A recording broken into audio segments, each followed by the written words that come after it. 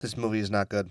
It's not a good movie. I really don't even know where to start with this review. Because here's the thing. The first Joker film, I think, is a perfectly fine movie. Even upon its release, it wasn't one that I fell in love with like it seems many other people did. I thought it was a well-made picture that somehow ended up making $1 billion and being nominated for multiple Oscars, even winning a few. A sequel was much anticipated by many of the fans. And what has happened to this film is one of the most baffling things I've ever seen. And what I think is the key to understanding this sequel is all within Todd Phillips himself and how he is reckoning with the reaction to the first film. Every so often we see films like this, films that kind of leave the hands of their creators and turn into whatever the audience wants to interpret them as. And Joker was no different. There were a lot of people that praised it for shining light on mental health issues and the people that society often cast aside. And I mean, I agree that's a good message, but in my opinion, I feel like that message was rather shallow and didn't really tell the full picture within the first film. But then there was the other side of it where people were bashing the film, almost criticizing it as a film that honors people like the Joker. And we see this all the time with movies like Fight Club, even The Matrix, where the initial intent of the artist is completely forgotten, and the worst people of the internet kind of just take it over and make it to be whatever they want it to be. And Joker 2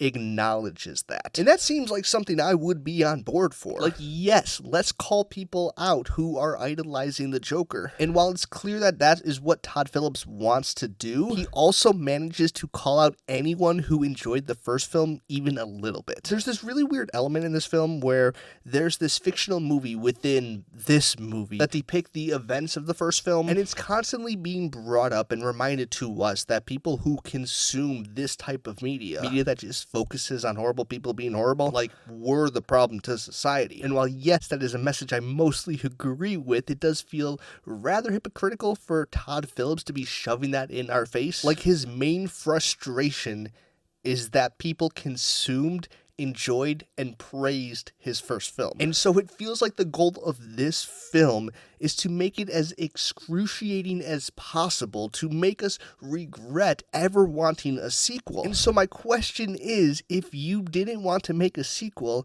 why did you? And the answer is probably money. I don't know the studio system or the contracts that he had in place where maybe this was something he didn't actually want to do. But this entire film feels so devoid without any sort of message other than that. Like, I'm sitting here watching this movie trying to figure out what is the point, and honestly, I really can't say. This movie feels dull. It feels like it is 4 or 5 hours long, and I'm not exaggerating where I say nothing happens. The plot of this film mostly takes place in a prison, and then it turns into a courtroom drama where he has to answer to the crimes that he committed in the first film. He eventually meets Harley Quinn, played by Lady Gaga, who is definitely my favorite part of the film, but that really isn't saying much. But that's really it.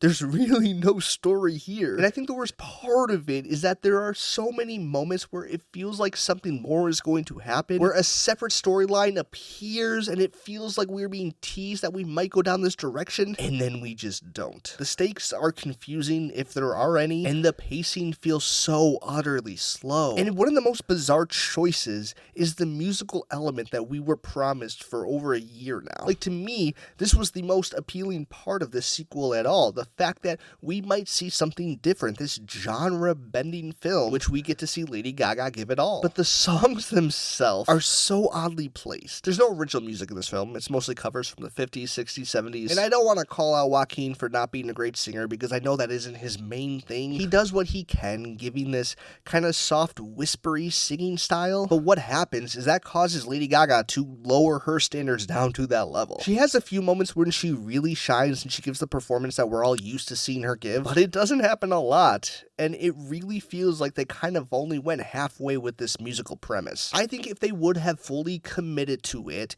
even with just doing covers, it would have worked much better. But instead, what we're left with is this boring plot of a film where it feels like the musical numbers basically exist just to waste time, because the entire plot literally could fit in to a 30-minute first act segment. But yet we're giving song after song after song that are essentially all singing the same themes just to give the movie a longer runtime. And the problem is that I do think there are interesting ideas that they could have explored within this film. This movie is certainly competently made. The cinematography and the score are good. Clearly, Joaquin Phoenix knows how to act, so I don't really put any issues on the film of the people that were making it, other than Todd Phillips himself or whoever else was involved with the writing process. And look, I try never to be that person that goes into a movie wanting it to be a certain thing and then walk out disappointed because it didn't meet my own personal expectations. But I didn't feel like I had many expectations going into this film. I think at bare minimum, I wanted it to be an interesting story that follows up the events of the first film. And it doesn't do that, and I would be honestly shocked if anyone's expectations were met when watching this film. Maybe that's harsh, I don't know, but those are my thoughts on the movie. I clearly did not enjoy it, but I would love to hear your thoughts if you have seen it. So if you've seen it, comment below,